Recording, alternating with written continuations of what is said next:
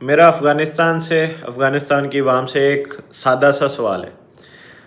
हम मानते हैं कि चलें पाकिस्तान की पुलिसियाँ गलत रही होंगी, अब नहीं है।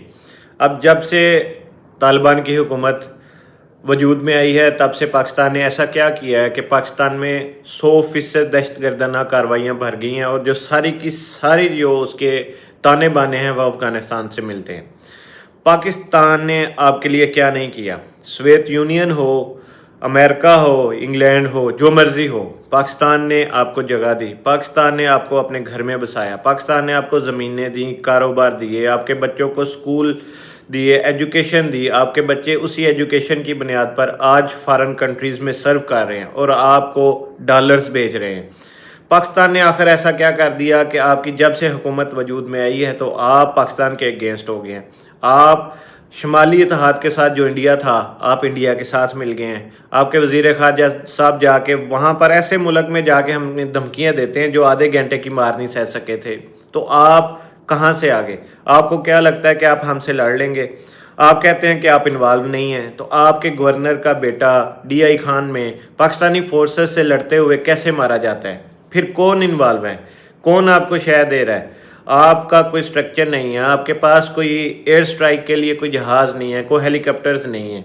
आप क्यों चाहते हैं कि पाकिस्तान आपके घर तक आके हमला करे? हम नहीं चाहते। हमने आपको भाई बनाया, आपको भाई समझा, आपकी हर तरह से मदद की, और लेकिन कहते हैं ना कि जिसके ऊपर एहसान करो उसके शर से बचो। तो यही है कि हमने आपके ऊपर इतने एहसान किए, अभी भी आपके हज़ारों लाखों लोगों के कारोबार पाकिस्तान में पाकिस्तानियों से बड़े हैं। पाकिस्तानियों की जगह कारोबार अफ़गानियों का ज़्यादा है। वो अच्छी ज़िंदगी यहाँ पर गुजार रहे हैं। हज़ारों लाखों लोग हैं जिनके कारोबार लाहौर में, कराची में, कोयटा में, पेशावर में हैं।